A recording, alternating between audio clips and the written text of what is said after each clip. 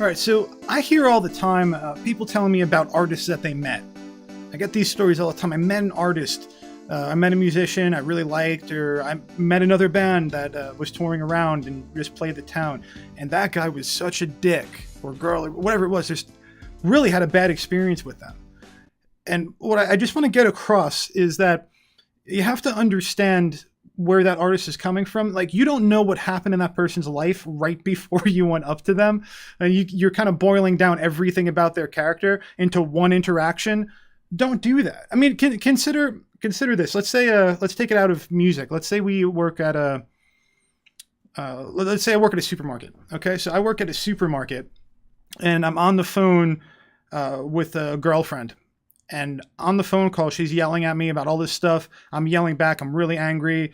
We're just like really not getting along. Finally, we're just like, all right, fine. We'll talk about it later.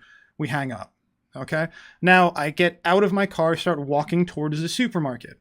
And someone, before I clock in, before I get started, before anything, runs over to me and goes, "What aisle are the pickles in?" What are you going to do? Are you going to be like, "Oh, yeah, yes, sir. Well, the pickle aisle is..." You're going to be like, "Please, man, like, let me get inside. Like, I can't do this right now." Are you a jerk for that?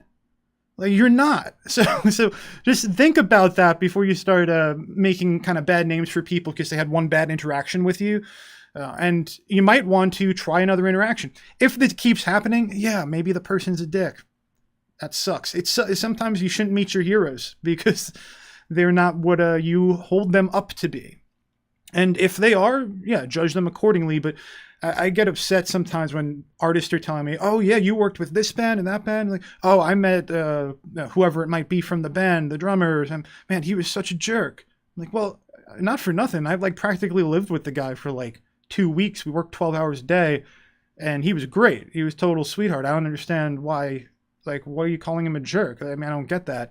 And I think that's usually the problem is you're catching a person during a time when they're not themselves and then judging them off of that for, ever. It doesn't matter.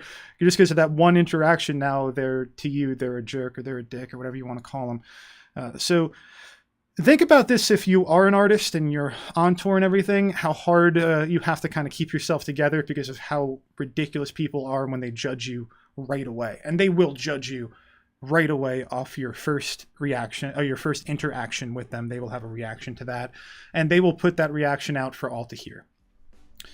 So just consider that. It was something that came up a couple days ago and I wanted to talk about it. And I was just thinking about it. I was like, let me sit down and talk about this real quick. All right. Thanks for being with me on this one. I hope to hear from you guys soon with any questions. Please like, subscribe, tell your friends, and I'll talk to you soon.